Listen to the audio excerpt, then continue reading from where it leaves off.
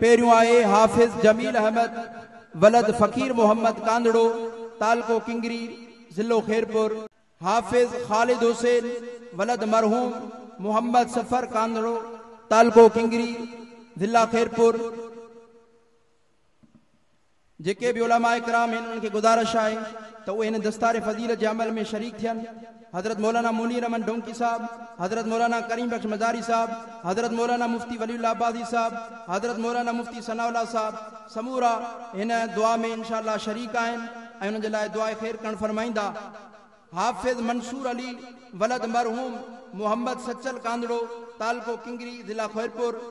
ये टे हाफिज सगोरा हैं। नादरा कुरान मजीद मुकम्मल करने वाला बारा मोहम्मद हुसैन वलद निसार अहमद कांदड़ो तालको किंगरी जिला खैरपुर।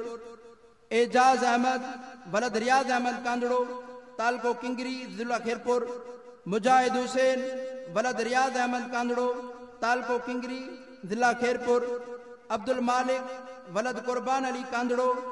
अली शेर वलद अब्दुल सत्तार कांदड़ो। अली रदा वलद अब्दुल सत्तार कांदड़ो। उस्ताद शाह मोहम्मद कांदड़ो इन जा उस्ताद हैं। अल्लाह ताला समूरन जे इल्म में अमल में बरकत अता फरमाए।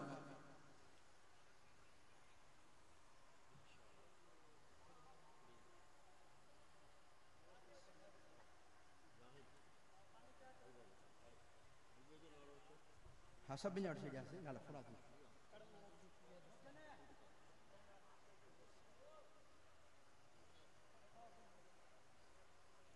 हजरत मौलाना रहीम बख्श सुमरो साहब वो भी अचन ऐं शफ़क़त जो हथ रखन तलबा किराम ते।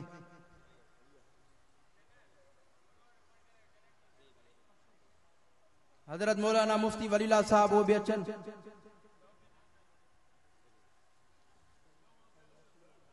हजरत सिंह कारी मोहम्मद राशिद साहब काफी उलमा इकराम आहिनि।